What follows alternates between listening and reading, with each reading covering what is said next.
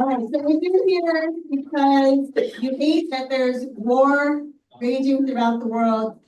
Make a little noise. If you're here because your homeland is being ravaged by imperialist forces that steal land, plunder the crops, take your seeds, kill your livestock, make a little noise. If you're here because you're tired of being told that the people can't stand up for ourselves and that you just have to sit back and listen and do what the powers that be say, make some noise. And if you're here because you've heard that there's like refreshments and food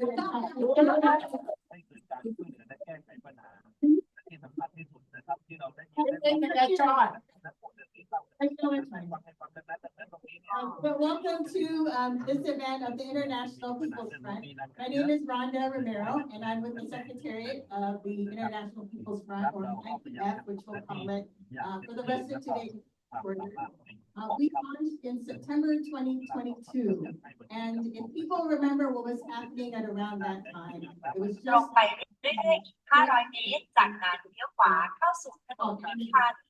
coming out of that time when the war in Ukraine had just started, and the devastation of that war was on everybody's minds.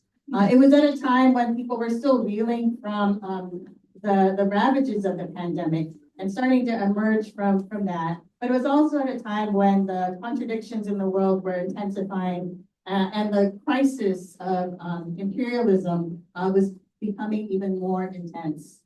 At that time, several organizations came together, people's organizations, who knew that there was an urgent need to mobilize the people, and organizations, and individuals, and even governments from the local to the national up to the international levels to coordinate and cooperate and assist each other, and most importantly, together to fight against imperialism and its agents in all of its forms.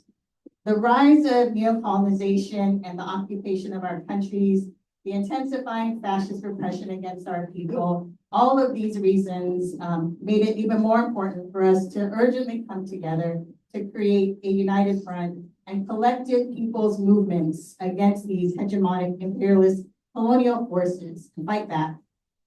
Our members, some of them are in this room today, so I just want to shout them out. So this includes the International League of People's Struggle,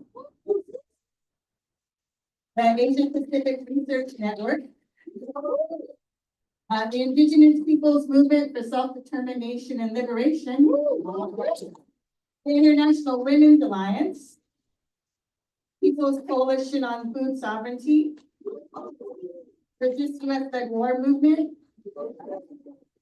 and many more. So International Migrant Alliance. Today, no, we'll hear from Ima today, so don't worry. And then we have many other people on Zoom joining us tonight, so let's give it up to them too. Thank you for joining online. I think for some of them it's 4 o'clock in the morning because we have some people from even North America on here, so make some noise. We're calling in from the bowels of the beast. Okay, it's not the belly, it's just the bowels of the beast. Why are we here? Why did we call for this event? And we're very happy that you can join us. If you read our statement, it's, I think, in the back over by the snacks. Don't go now, but when you go to get your snacks, pick up a statement. We are really facing crisis, and the need to band together and fight that couldn't be more important than it is now. Monopoly, capitalist greed, imperialist competition, wars of aggression have brought the world's people and the planet to the brink of unprecedented crisis. Not the brink of, actually, we're in the midst of unprecedented crisis. The US, especially with its imperialist allies, is relentlessly waging wars of aggression in many forms against competitor powers and against the peoples of the world. Really, it's about the peoples of the world bearing the brunt of this, the horrors of the wars and the different ways in which it's being waged against especially the working peoples, people who are killed and displaced and malnourished and starved, left to deal with the poisoning, plunder, and destruction of land, food systems, and natural resources in the aftermath of these attacks on the people. The International People's Front calls on all progressive forces in the world today to rally together to wage militant mass struggles and to fight in all possible spheres, media, propaganda, military, diplomatic, many ways in which many of us here are part of those struggles that are fighting back in whatever ways possible. But we need to continue to do this. We need to continue to unite together and fight together, most importantly, to free ourselves and free the people from the shackles of domination and crisis in our countries and homelands, so that together we can win a bright future for humanity and the planet. In our event today, we're going to hear from just a few speakers who are going to speak to this topic. We'll hear from speakers from the International League of People Struggle, Resist US-led War Movement, International Migrants Alliance, and an organization in Guam. But it won't end here. This is just the start. And we hope that more of you will also continue to fight with us, help us build an international peace fund. But to start us off with kind of an overall picture of what we're facing and how the people are also fighting back, I'd like to call on our first speaker, Victor Garces with the International League. Thank you, Rhonda. Very good to be back in Asia. I've been away from Asia for, come in and out, but I used to be all over Asia. For us, it was very timely for us in 2022, coming out of the COVID, that at the time there was already the threat of multiple wars around the world. One was the Ukraine war, and then the other one, you all right? There was a continuing war in the Middle East, which is, supposed to be the Palestinian problem, but actually it's a war of the US using their Zionist project, which is so-called Israel, but it's fascism out there. And at the time, the US was gearing to handle a problem. The US had a China problem. For them, really, they could not move because China has become a strong source in terms of investment, in terms of support for countries. Suddenly, the countries whom they used to oppress and bully could go to China. And China was doing it with open arms. And so the US had a China problem. But at that time, the US also had a Russia problem. And they also had an Iran problem. So in the end, we have a world that is facing the problems of conflict, because at the bottom of the conflict was really the fact that the US needed to recover because it was sinking fast. How is the US sinking fast?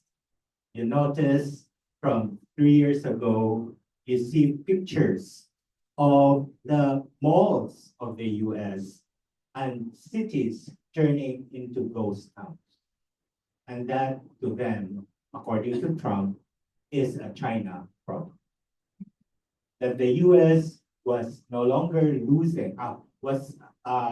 was no longer the lead of the economy of the world, and it was China was now the lead of the economy of the world. But the US continued to control the world economically because of the mighty dollar, because of the mighty IMF, because of the mighty WTO, which they all control. So in the end, why should the US worry? Well, they're losing in the fights in trade, they're losing in the fights on currency, and therefore the US had to do something. The US also was depending depending on a fundamental pillar of its economy. It is not Musk. It is Pentagon.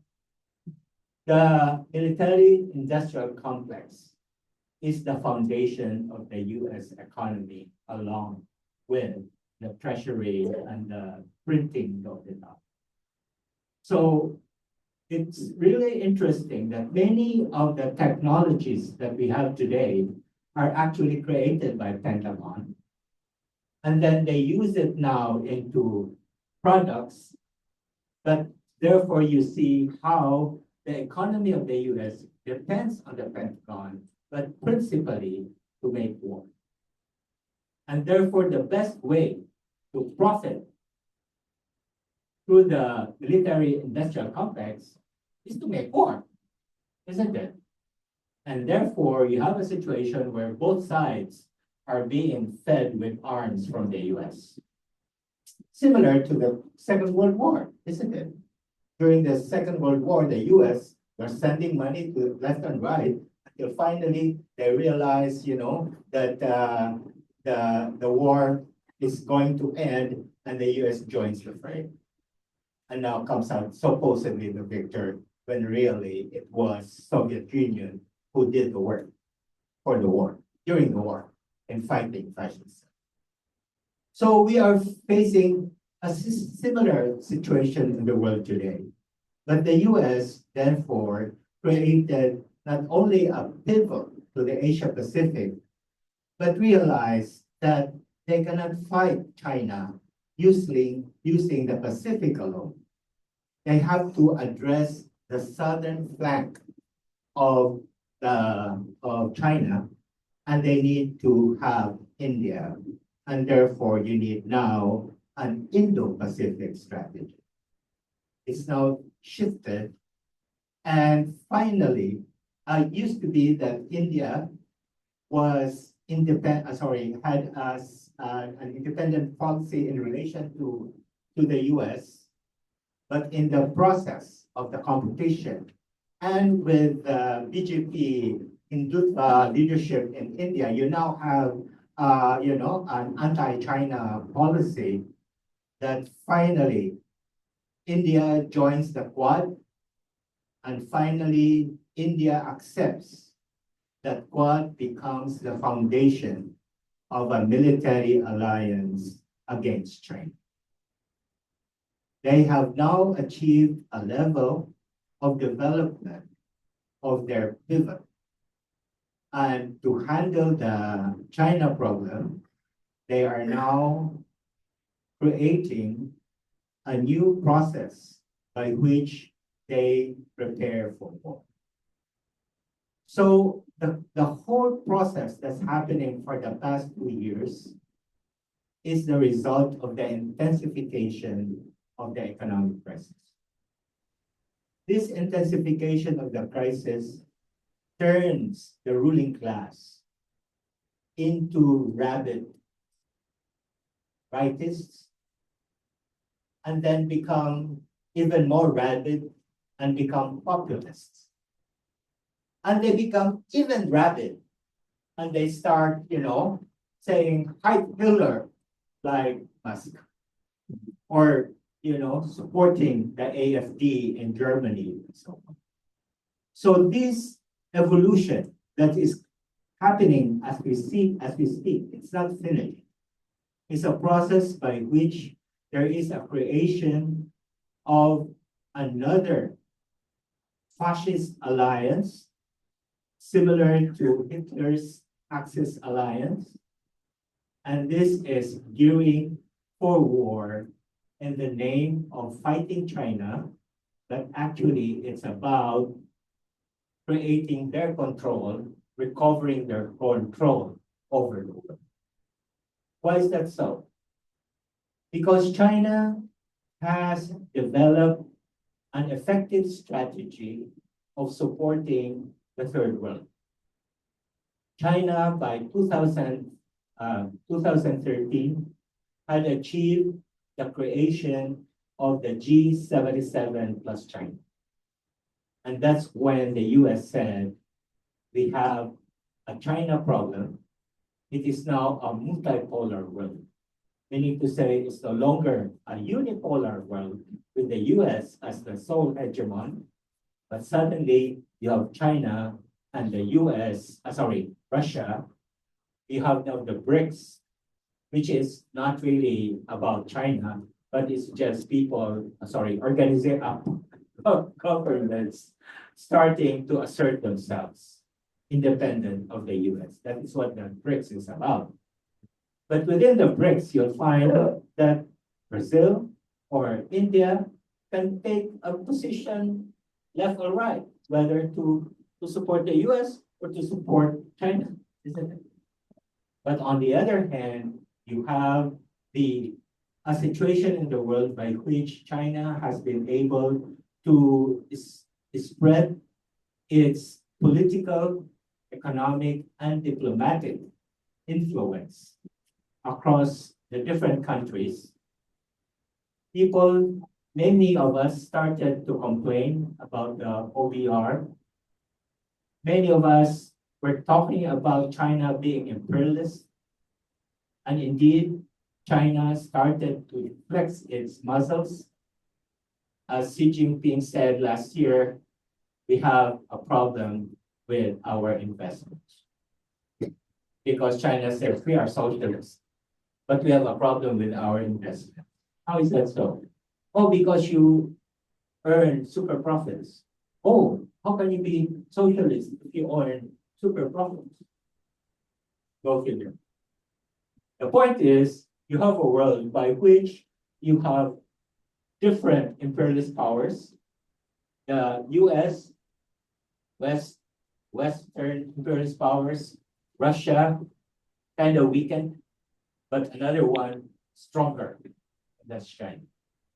And it's now shaping to a US policy that is trying to create a new alignment or to correct the fact that China has become too strong for the US and prevents it from growing.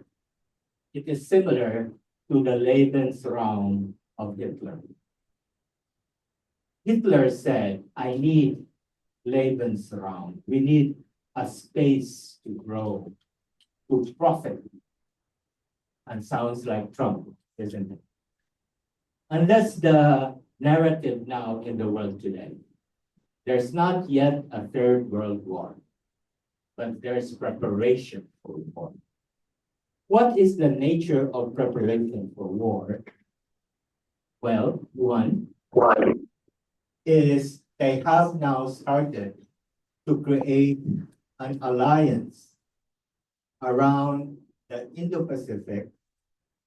As I mentioned, the Quad announced a few months ago that it will now be, India has accepted that the Quad will now become a security alliance, which means to say, finally, the US has realized the historic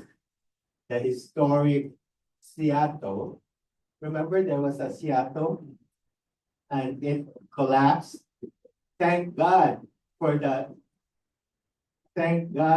victory of Vietnam, which created the collapse of Seattle.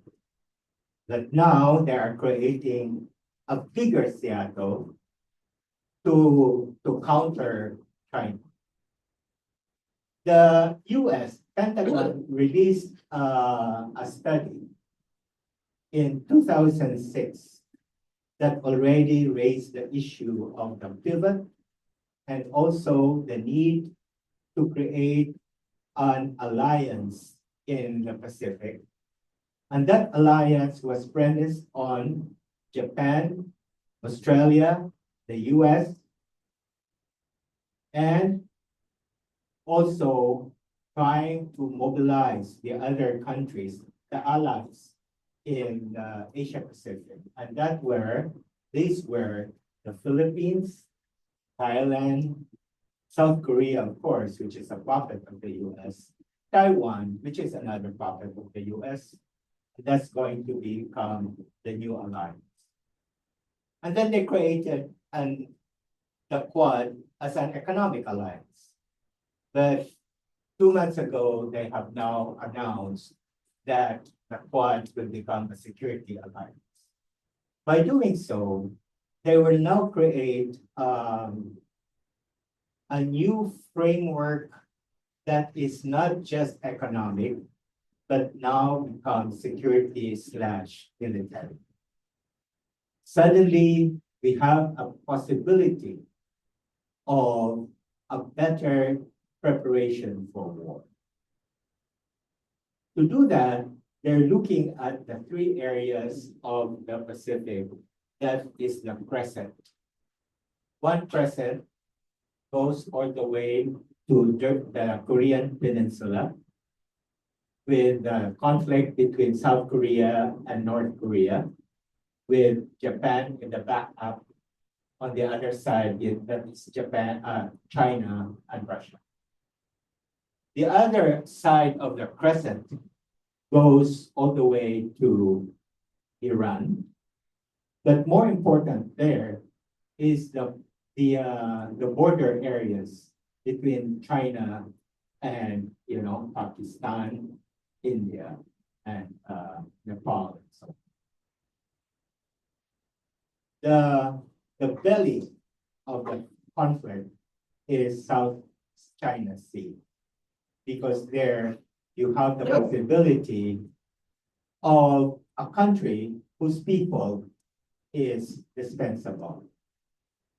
These are the Filipinos. Because the North is very militarized and protected. In the other side, to the west, you have India. But here you have a Laki, which is the government of the Philippines, that can be used as a staging ground, whether for a proxy war or a fight in a naval context. And at the same time, you have Taiwan. Why are we saying this? Because suddenly, everyone is making mutual defense pacts with the Philippines. What value to have a defense pact between South Korea and the Philippines? Why will Japan have another pact with the Philippines? Why will the Philippines have a pact with France? So there's all preparing for the Philippines as a staging ground, because it assures that all these forces can easily come to the Philippines to create war. But China is not going to invade the Philippines. Or will they? Well, they will create, how do you call this? A ruse. They will create what can then be flashpoints. It's like, the Pamalakaya, in the sea, and they can say, see, the Filipinos were being attacked by the Chinese. Or you have supply ships going to the and then there will be a fight and so on.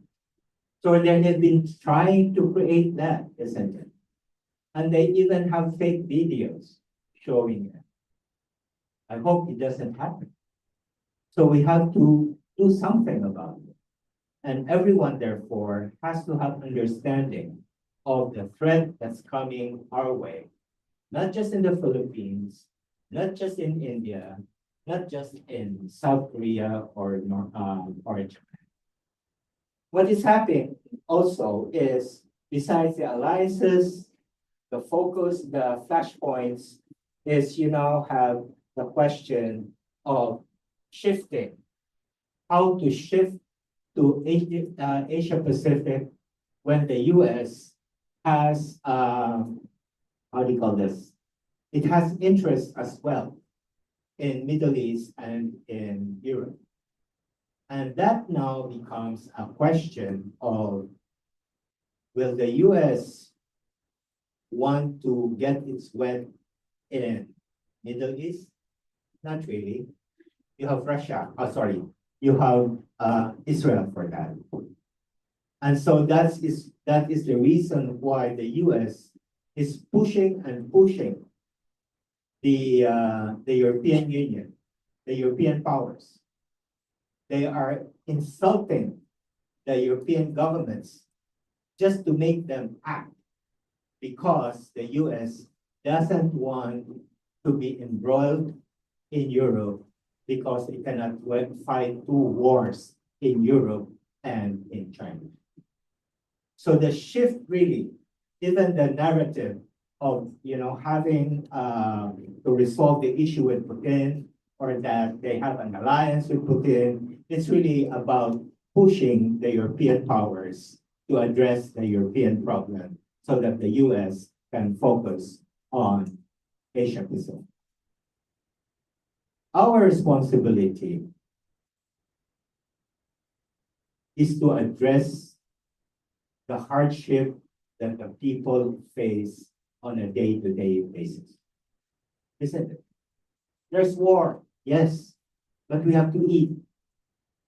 And therefore, our responsibility is to also address the fact that there's a severe crisis. And when you have a severe crisis of the imperialists who want war, in the end, the people who face the crisis and hunger are the people of the South. Isn't it? In the end.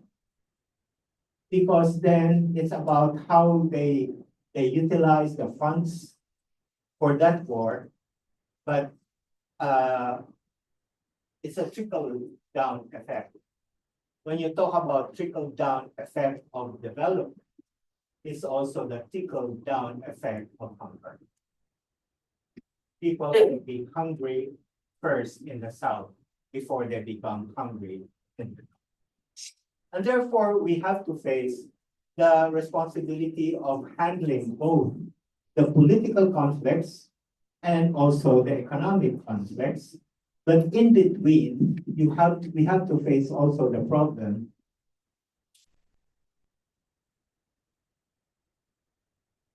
we also have to face the problem of war creates its own social conflicts. When there is a situation of war, everyone will start blaming the weakest, the different. It becomes xenophobia. You are a woman, you must be a problem. You are a migrant, you must be a problem. You are different, you're queer, you must be the problem. And that is what's happening now in Europe. Migrants in Europe are being killed. Even Filipinos who was comrade in the bus was just, smashed in the face and no one reacted. And so I said, why, that comrade should just have taken the photo of that person who smashed their face, no? And they said, no, you can't do that. You cannot do that because if you take a photo, that's a violation of privacy. And that man, that British man, just went out the bus and nothing happened. See, you have that thing, you talk about this in the US, no? But actually in London, people are being actually attacked for being, like Filipino nurses and so on are being attacked. So this is part of the problem of the intensification of a social problem that is another aspect of the political problem. And it's not, this now is an expression, it's the combination of the people are losing their jobs. On the other hand, those who are really working hard, the migrants and the women and others are being blamed for the problems of society. And at the same time, you have now the intensification of misogyny, fascist, neo-fascist movements in Europe. But it's going to spread. It's going to spread in other countries as you have fascist movements in India, as you have other movements also emerging. It requires for us to become more vigilant, more militant, assertive of our rights, more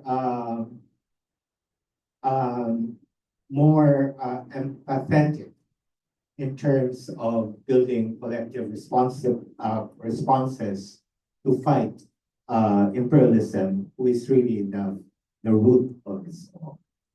And this is why we have a call. We are calling the people. And this is, I don't know if the topic of AFSD is on security. It's not. There is. In war. And that's why we're having it, I think. So, it's not. But actually, it is the topic. And it's an issue that we should talk about. Thank you. Thank you, Victor. We will have a little bit of time at the end to ask questions. So please, if that perked your interest, that you have things that you want to ask, write it down or get ready to ask at the end, and we'll take a few questions. We're going to delve a little bit more into the topic of fascist buildup in the bowels of the beast in the U.S. and its connection to war in the world. I'd like to invite Cody Urban, who's with the Resist U.S.-led War movement. All right, thank you, Rhonda. Don't hear me in the back? Okay, always like to check that first.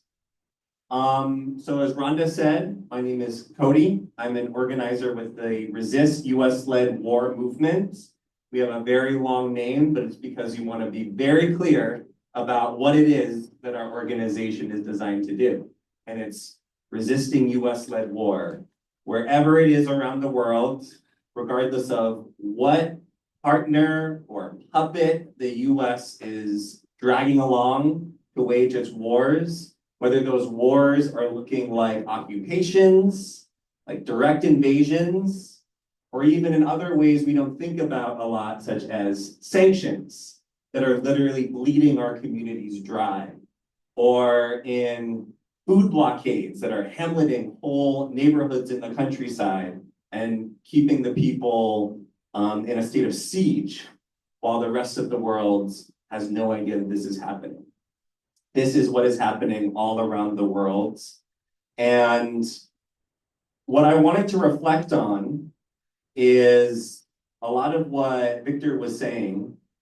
When we formed the International People's Front, we saw this starting to happen. We formed the International People's Front at the end of 2022. We were less than 1 year into the war in Ukraine starting. We were about 1 year before the genocide in Palestine was about to begin. We also had a very different kind of president, a different kind of regime in the belly of the beast in the United States back then. But it didn't mean that the attacks against the people, whether in the United States where I'm from or around the world, weren't already happening. We had a campaign of many of the organizations that would eventually launch the International People's Front in the build-up months before we launched the IPF, called the People's Fight Back Against Fascism. And we took a lot of time to understand what that word meant, fascism. It's thrown out around a lot. But what we did is we got our organizations together and we looked what was happening on the ground in the countries we were from. And we saw this massive, massive buildup of these rabid fascist forces in power, as Victor was very rightly referring to them as. We saw many of the democratic rights that many of us are used to, or at least used to having some kind of false idea of being totally stripped away. we saw movements of people on the ground rising up using bigotry, using racism, discrimination against people. And what we're seeing today in the United States is unlike anything we had seen in many of the past years. In his first day in office, Trump signed more executive orders, I think, than any other president had before. But what was the nature of these orders? Trump wasn't just signing all these laws into being. What Trump was doing was he was starting the domino process to strip away so much of what the United States has actually relied on for so long. Now, what is that? So I know many of the organizations here are very regularly engaged in advocacy work with the United Nations. And oftentimes when we're dealing with the United Nations, we come up against these walls, these spaces where we are allowed to advocate for our people, for our countries, often get caught up in these bureaucratic processes. But we're told that we still have the space, right, to advocate, the space to talk about these issues on the world stage. Biden and the Democrat Party loved to talk about this so-called multilateral stakeholderism, that no matter what country you're from, you have an equal spot at the table. What Trump is doing is he's taking this lie that the United States is always hidden behind, and he's throwing it out the window. He's saying the United States is the most powerful country in the world. We give money to all of these countries, all of these organizations around the world. Why aren't they doing what the United States says they should? So we're going to cut off all the funding. I know that with the breakup of USAID and many of the other mechanisms the US has given aid around the world, that many organizations are not getting the same kind of funding that they have in the past. I know we've seen that these threats that the United States is using, the United States is always used in order to get its way around the world. They're going more beyond just threats. We're seeing these trade wars actually lead to forcing other countries into do what Trump says they should. This is what this buildup to war is really looking like. We're seeing the whole landscape of the world that we've been organizing in starting to change rapidly. And I think Victor was doing a good job explaining what this is looking like. And many of our communities are feeling the brunt like they haven't before. I know in the US, we're seeing a huge campaign to deport migrants from every city, almost every city around the world. We're seeing migrants being sent home in handcuffs to countries that they've never even been in. We're seeing military bases that the US has around the world, like in Guantanamo Bay, that they're sending migrants to. Not just to house migrants and detain them unjustly, but to use it as an excuse to keep their military bases strong around the world and prepare for more war. They're literally using migrants as the mechanism to prepare for war around the world. The space that we've been given for advocating is shrinking very rapidly, and we're all feeling it. Whether we're a civil society organization, whether we are a mass organization that is trying to take the voices of our communities into government offices or into the streets, we're finding less and less space for our leaders to listen to us, and we're feeling more and more the brunt of political repression. But At the same time, what I think we have to do is see what opportunities this is giving us. Yes, we're seeing darker times, many of us, than we have in a long time. But we're also seeing all of these opportunities to take the anger of the people and actually rally the people together.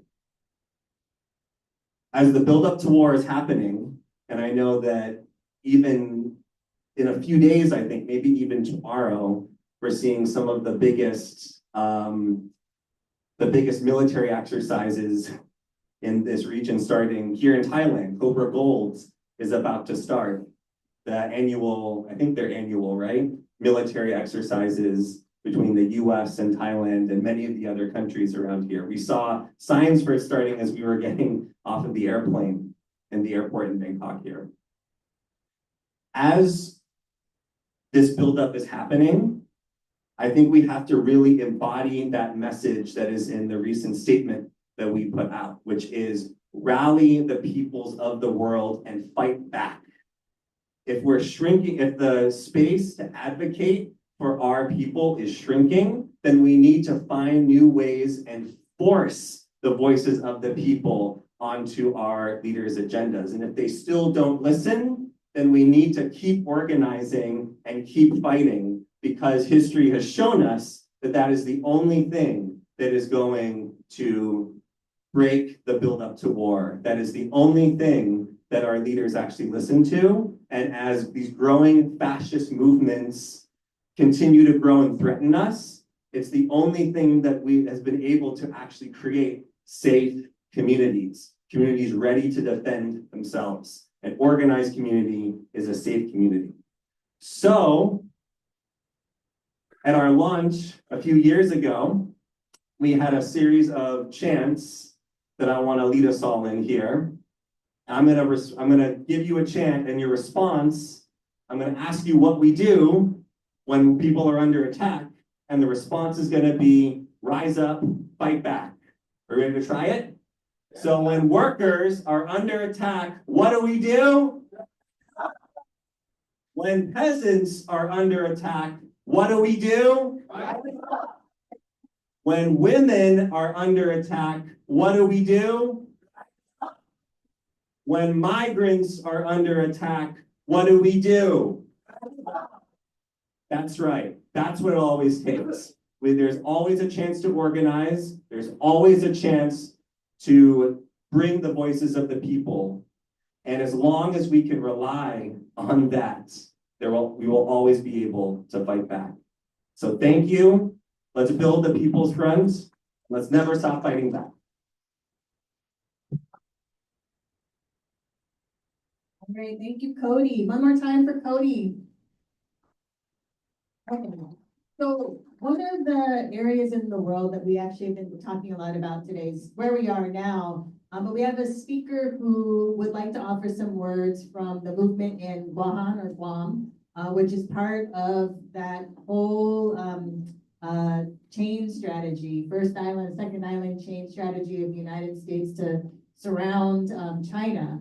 But it's a part of the world that isn't always talked about, and we don't always hear the voices from. And so even though she couldn't be with us physically tonight, we want to hear from Nayak Flores, who's with the People's Movement in Guam. So, hello, today, warm greetings. My name is Nayak Flores.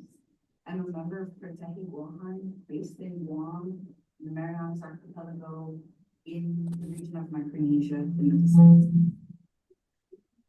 Direct action group in Guam, and I am a descendant of the indigenous Chamorro people who have lived in the Marianas Islands for almost 4,000 years. I'm deeply honored to be here today to stand in solidarity with you in our fight against a Leviathan, against a heartless monster that is U.S. imperialism and the military-industrial complex that is plundering and plaguing our planet and our people.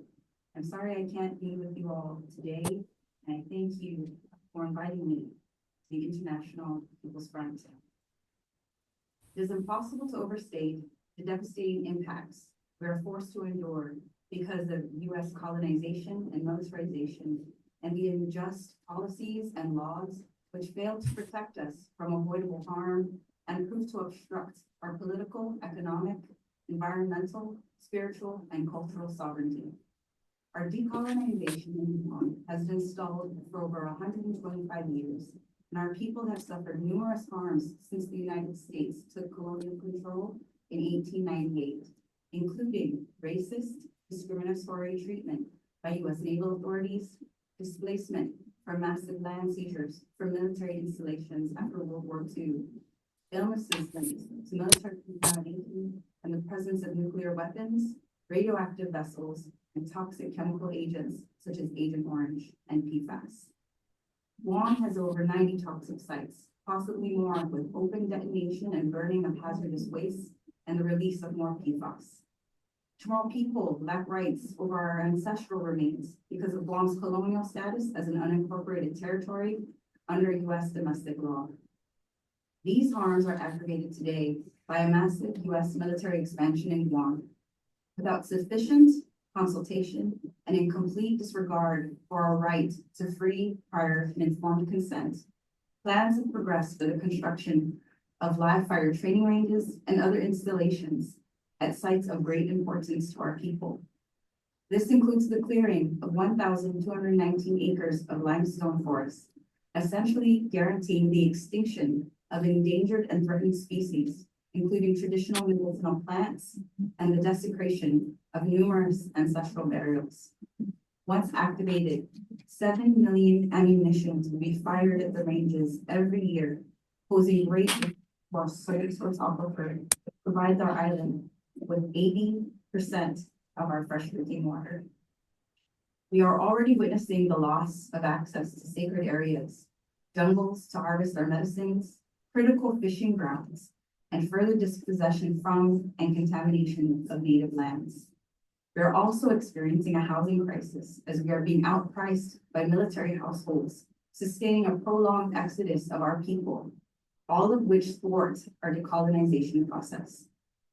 The addition of military infrastructure in the islands north of us, in the Northern Marianas Islands, and a missile defense system in Guam sets us up as a site of US force projection in the region, making us a first strike community and a target in potential conflicts.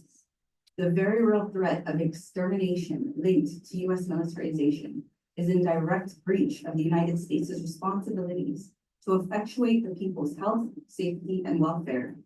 We are witnessing military expansion in other parts of Micronesia as well, as sites are also set up to be alternative transition areas for military infrastructure should Guam be attacked. Uninterrupted colonization in the territories is unquestionably interconnected with the violent oppression and erasure of Black and Indigenous people everywhere, ultimately impacting our rights to life, health, and food, as well as our cultural survivorship. We want to determine a future that aligns with our Indigenous values of respect, care, and sustainability, not one defined by strategic US military interests and occupation. Thank you so much for listening to me today, and I look forward for all the ways we will continue to stand in solidarity and actively support each other's struggles for liberation and justice. Thank you so much.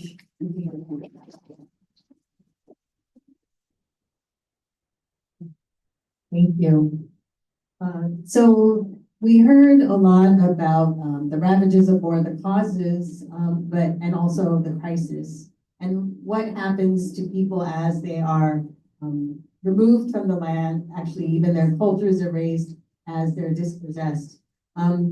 People are forced to flee, forced to migrate, forced to go abroad to survive. So I'm happy to call up our last speaker, who's with the International Migrants Alliance, to talk a little bit more about that, and more importantly, about how migrants are also fighting back. So Ray Assis from the International Migrants Alliance. Hello, everyone. Unfortunately, our chairperson, Annie, will not be able to join us today. But definitely, I think many of us here know a migrant. Many of us have a relative who is a migrant or a refugee have lived overseas. Some of us in our younger years wanted the smell of something like a present coming from overseas. But the situation right now is not like that. The smell of migration is not good. I'm coming off from the Global Compact on Migration Second Regional Review 2 weeks ago. The chairperson's summary report mentioned so much about temporary labor migration. This is the main line coming from the International Organization on Migration as well as from the UN Network on Migration, temporary labor migration. In fact, the IOM in so many spaces have actually been saying that migration or labor migration is the adaptation strategy to climate crisis. And so really right now, they're rallying around temporary labor migration, meaning to say those who are from poorer countries, like many of us are here, will definitely see a labor export program that will be made huge and definitely coming from the Philippines, which is now a model for labor export policy, will definitely be doubled and copied everywhere we are at. So it may be good for us to understand it and see as well, is this happening in Indonesia? Is this happening in India, in Pakistan, etc.? I was just talking to one of our friends from an organization who was saying to us that there is now a new city being set up in the Kingdom of Saudi Arabia, Neom, which is actually now bringing so many migrants, both low-skilled and even high-skilled migrants. So far, that is already being developed, more than 1,000 people have died. Donc on a fait l'atelier pour ça. And so, On va rien remettre. J'avais recopié ce que j'avais. Many of us C'est en jaune. may have Donc, comme ça, je sais qu'on rapporte ça, mais si je vois qu'il y a des choses qui sont quand même encore wanting to go overseas. And we have généralement actually seen that, like for example, right now there are so many forms of pour l'outcome. trafficking. There's education trafficking where Ouais, c'est ça. En plus, moi, je réponds à des questions. believing that Tu vois, je education réponds à des is questions très spécifiques parfois, parce que c'est déterminé, etc. actually find a pathway to permanent residency or citizenship. There's also various forms of labor trafficking, cyber trafficking happening here in Thailand alone. A lot of people from China are coming here. I'm understanding that there is actually kind of work for them in the entertainment industry, in the computer industry, in the IT, in the information technology industry, only to find out that they will be brought somewhere else, far into the Thai-Burma border, and eventually with the involvement of, syndicates, and even sadly people who may have hands somewhere with people in authority and finding themselves at the borders of Myanmar. And they're there right now, and many actually have been asking for help.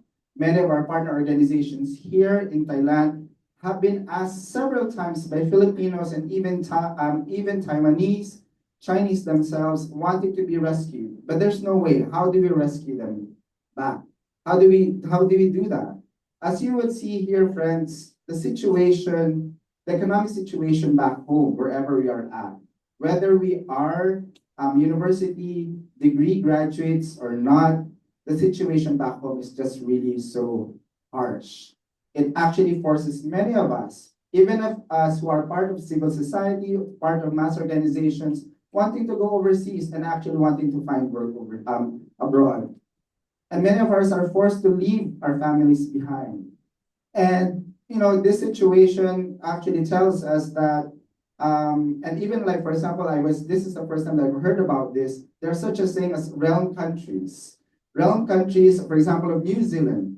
I didn't realize that there were small islands in the Pacific Islands are actually New Zealand realm countries. They're given New Zealand citizenships and passports, so they go overseas. And now you have a lot of countries or island nations in the Pacific having labor problems, labor shortages, because many of these people are now already going overseas in New Zealand, in Aotearoa, or Australia, finding work there, but then again, because of the nature of their color, because of their situation as well, actually find lower scale, low paying salaries, etc., etc. So this kind of situations we find, and there also, we have heard and also learned of reports of migrants being shipped in conflict-stricken countries.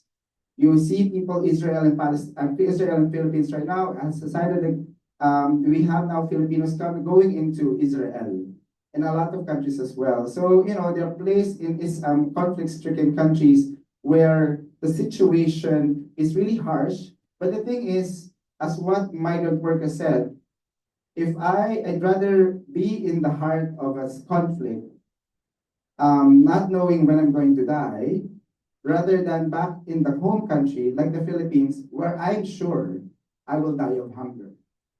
So you would see here the desperation of people wherever they are at is being used now by imperialism in a way to actually facilitate the production, export, and commodification of cheap migrant labor wherever we are at. So we are definitely at the hand of imperialism right now, wherein migrants and their families are actually being put as commodities without rights. And at the same time, and even if we go overseas, as what Victor has mentioned a while ago, and even Cody, even if we are already working there, we are not impervious to the discrimination, to the ostracism, to the racism that many of us are experiencing right now. As we want to see ourselves, our families abroad, going to Canada, go to the US or Europe, even if we are there earning so much, maybe, quote unquote, we are still subject to all these policies, because the economic crisis is only not impacting poor countries, it's also impacting the bigger countries.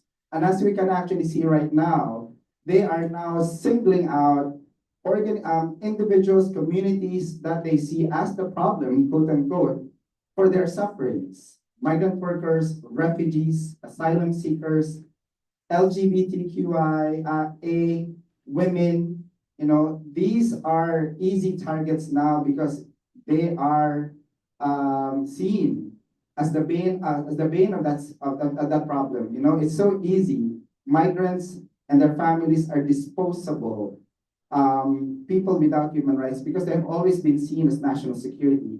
Migration has always been seen as a national security concern. So even if we actually talk about right now, quote unquote, positivizing narratives around migration and migrant workers and their families, this will not dissuade imperialist countries like the US to kick people out easily because they can. And so as you see here, we're also gripped by economic crisis and war. And right now, we actually see that there are more and more policies being put out there. We're actually having a conversation right now in the Asia Pacific People's Forum on Sustainable Development, where organizations are being singled out, are actually being censored because they're talking about human rights. They're talking about human rights of women, they're talking about human rights of various sectors right now. And we can actually feel this shrinking space, even in these spaces where we actually find that's something that has been fought long time by many of the people who have been here. Many of the people here have been in these spaces for a very long time.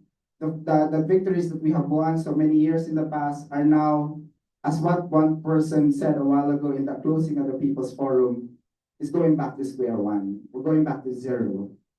And I think this continuing civic space and attack on the rights and welfare of people is not only happening to migrants, but to each and every sector that is definitely suffering from the impacts of neoliberal globalization or imperialist globalization and wars and conflicts. However, what we actually see right now, there is resistance. That is what we have felt from the People's Forum with the Asia Pacific Regional CSO Engagement Mechanism. Migrant organizations, the civil society are also resisting. The International Migrants Alliance is also resisting. We see a lot of migrants and refugees coming together. Before, there was this kind of divide between migrants and refugees. Under the International Migrants Alliance, they're coming together with their families, and always fighting back. They're actually looking into various forms, creative means to organize themselves. We have seen organizations in the Middle East being formed and working together. Language is not anymore an issue because solidarity brings us together. Our struggle is their struggle, your struggle is my struggle is your struggle. When we talk about oppression, when we talk about resistance, we talk the same language. The language of resistance, the language of collective struggle. We have seen the interest of people from Kenya, from Nepal, from Indonesia, from the Philippines, everywhere, from India, from Sri Lanka as well, wanting to speak up, wanting to come together. We will brave any language barrier to bring us together. Because imperialism has actually, as what Cody has mentioned, it gave us opportunity to come together. I do hope that with you, even if there are not so many migrant organizations or communities, let's reach out to them wherever they are at, because definitely there's a very, very important battle for us to come together on. The struggle of the migrants overseas, their families, and the refugees and asylum seekers are also linked to the issues and struggles of their families back home. Because this is the reason, imperialism is the reason why they are overseas. Imperialism and war, conflict and war, neoliberal policies are the reasons why they are overseas. Now, no family wants to be separated from each other just for the need to survive. Nobody wants to flee their families. No one wants to flee their countries behind. Palestinians want to go back home. Many of us here want to go back home. And I hope with this coming together, we're very happy that the International Migrants Alliance is part of the International People's Front. We've been working with them together and hoping to find a solution and working together as well in addressing these issues that beset us, not only migrants and their families, not only refugees and their families, but each and every one of us here in this room and with our respective communities and organizations. As Wendy said, it's time for us to rise up and fight back. And it's all important for us right now to collectively work together in finding and working for a world without imperialism, without war, without conflict. Thank you very much. Thank you very much. So one more round of applause for all of our speakers today. Before we close, we do have a few minutes for questions. So I'll just pause. If you have any hands up, questions? Are there any on Zoom, Cody? We have one here first. I just remarked, we should raise,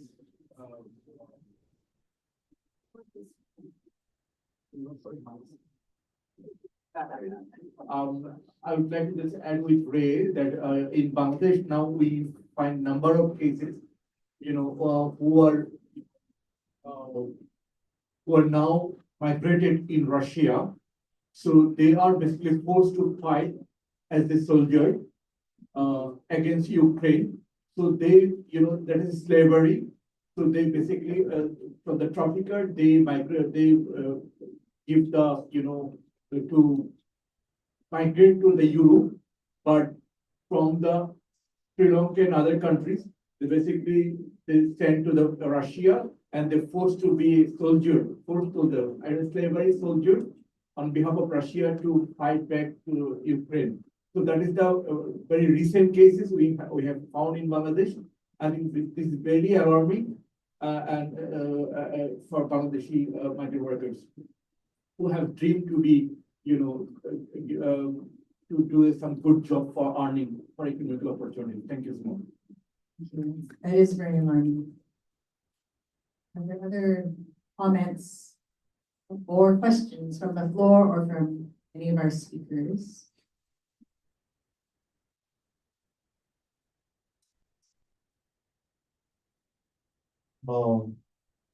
Thank you. It was sobering to listen to the speakers. I was just wondering, as part of the decolonial consciousness, to dismantle those centers of power, whether it would be useful to start questioning the legitimacy of the United States' credibility to house the United Nations, because of its awful track record on all three of its foundational principles of peace, human rights, and development. Also considering the fact that it gives about $18 billion to the United Nations every year, 18 to $20 billion. But we actually had, all these 193 delegations from all over the world going to New York. Their accessories and civil society and many of us going there add at least a couple $100 billion to their economy. A fraction of which comes back, but in terms of its legitimacy and credibility, it's zero. I mean, they are the biggest warmongers around the world. In terms of their human rights records, as a cumulative, they are the worst nation in the world in that sense. And then, no thanks to their neoliberal, multinational corporations creating underdeveloped development around the world. But a quick question for Victor also eventually. Are there going to be similar consequences for poking the dragon? Just how it has been while they tried to poke the bear in the Ukrainian case. I don't know. I mean, what's the future of our value systems, right? Because we see those, with the emergence of BRICS and others, we see those alternatives coming up to the US. But what about the issues of democracy, rights, and freedom of expression, and so on? Because we may not align with those actors along that value system. So, what's the future of our value system in that sense then?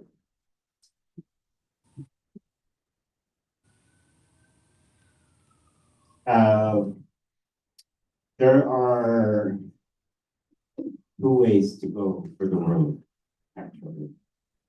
You see, if we look at the geopolitics in the world today, it's a geopolitics that is defined by imperialism. We talk about Nam, we talk about Mandung, which will have its 70th anniversary.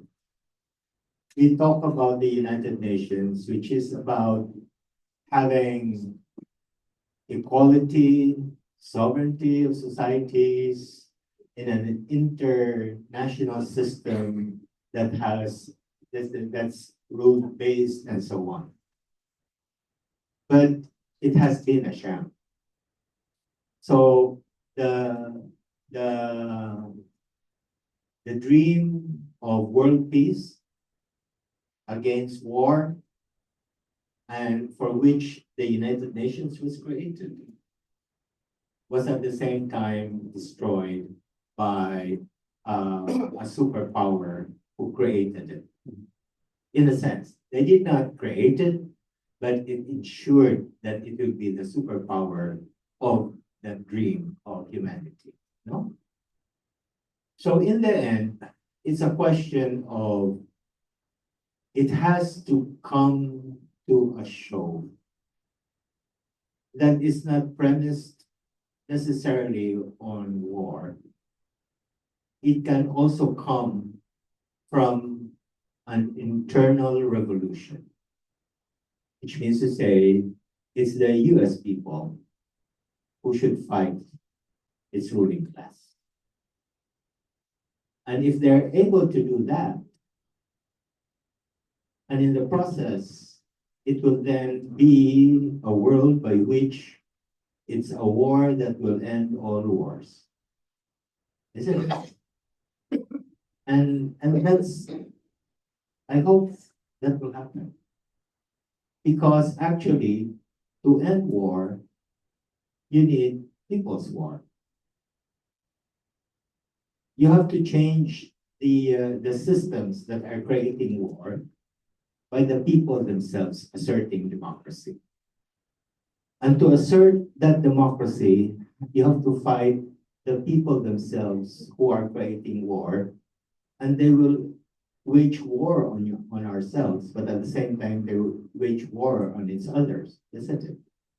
And by then, you will create a system that will no longer be vertical, but horizontal, which means to say a world where everyone, all society will be equal.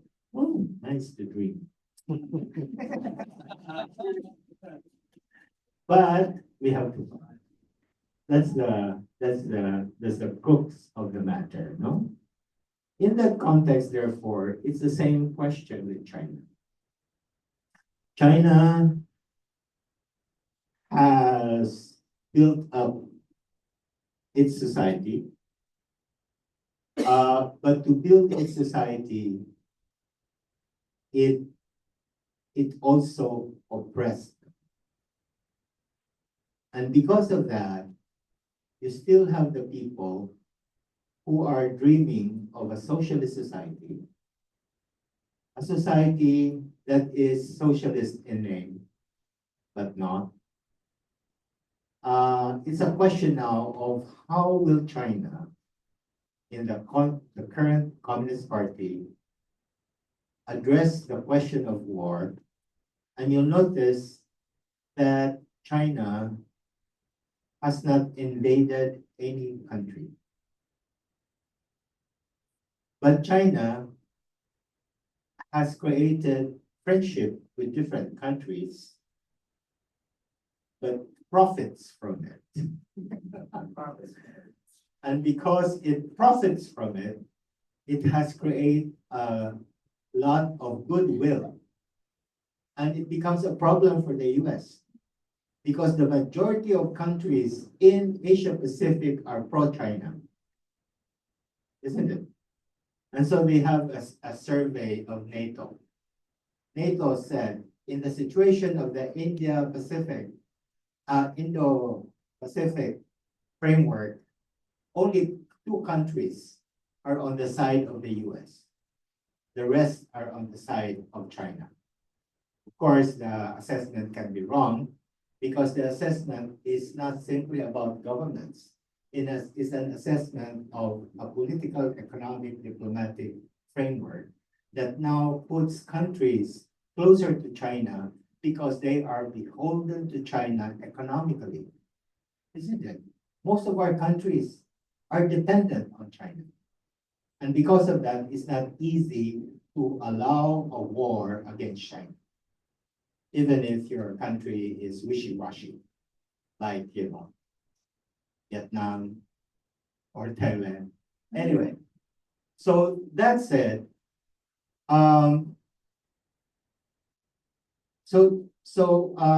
China has its defenses, which is its own economy. But at the same time, China is ready for war, actually. It is building up rapidly also. And so the question is, how will that shape? And the problem of the US is the fact that they have to create a war alliance. And the war alliance has not yet emerged. They want to create that, starting with the Philippines, South Korea, Taiwan. These are the colonies of the US, and of course its allies. And Modi is a big problem in that sense. So how will it shape? I don't know. It really depends. And it's not really this year. The war will not break out this year. But okay. Sometime. Thank you.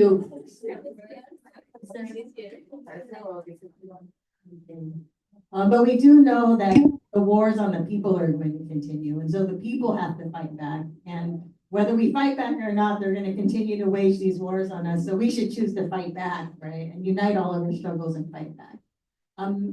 Was there a question in the back? I heard a voice. Don't be shy.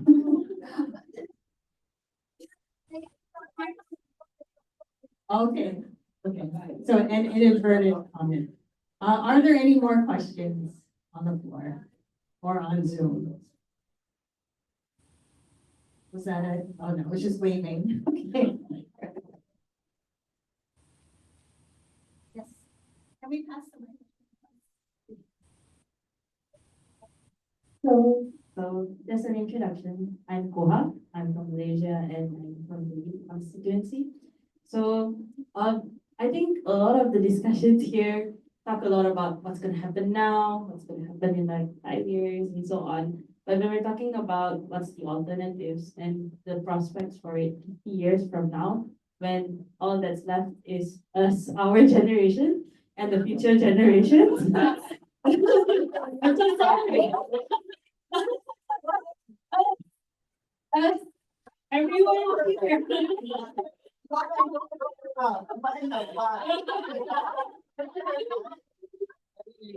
Oh no.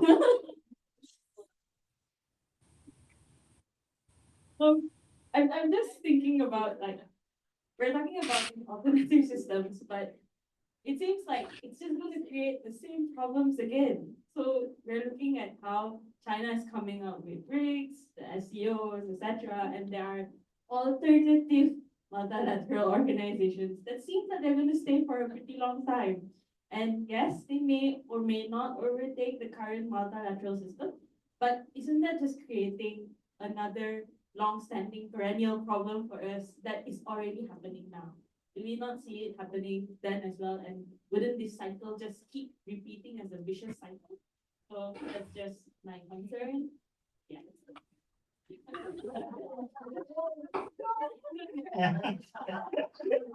Thank you.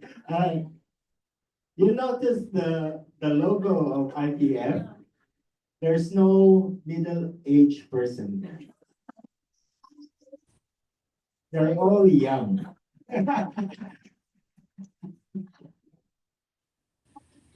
Yeah, you notice. It's all young. And we approve that logo. Yeah. The world belongs to you. You will shape that world. Now, why is that so? Actually, I got to talk to dissidents in China. Some of them are in prison, some of them are dead. And they said, what do you think how should we frame our struggle? And I said, democracy. But not liberal democracy, socialist democracy. A democracy that celebrates each individual, but each individual in the context of the collective. Now, it means, therefore, building a society that's premised on that collective, and that then is socialism. Now, if you say, oh, isn't it socialism is, planned economy, etc., etc., etc. In the end, when you talk about that planned economy and everything, the bottom line is the collective. And you can do that. I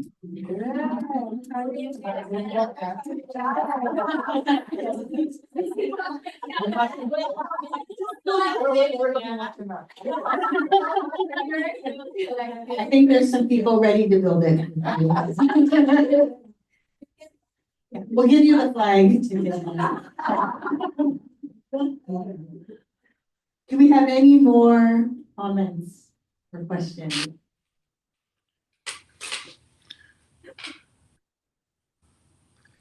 A lot of people talk about the youth being the future, but the youth are really now, and you're part of making the change now. And the part of the need is to have that different vision for what we're creating. We're not trying to create the same old multilateral institutions that we have now, just with young faces or, people from the global south. It's actually, we're trying to create something completely different.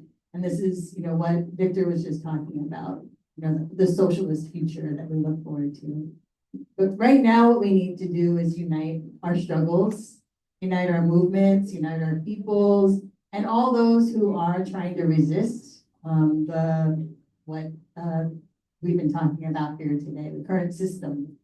And so with that, I wanted to just end with making a pitch for joining the International People's Front, because it is a place where we are trying to unite individuals. You don't even have to be part of an organization, movements, organizations, people's organizations, and even, those governments which are standing up and asserting that independence against US imperialism, against imperialism led by the US, against the war wars that are being fought on our people, and waging, our own fight for a different world. So in order to join, it's very easy. You just go to our website, internationalsolidarity.org, and it's about that solidarity internationally, that we are trying to build this broad front against fascism, against imperialism, to strive for that different world. So please do join. Take our statement in the back, and please join us out in the streets. Thank you for being here today.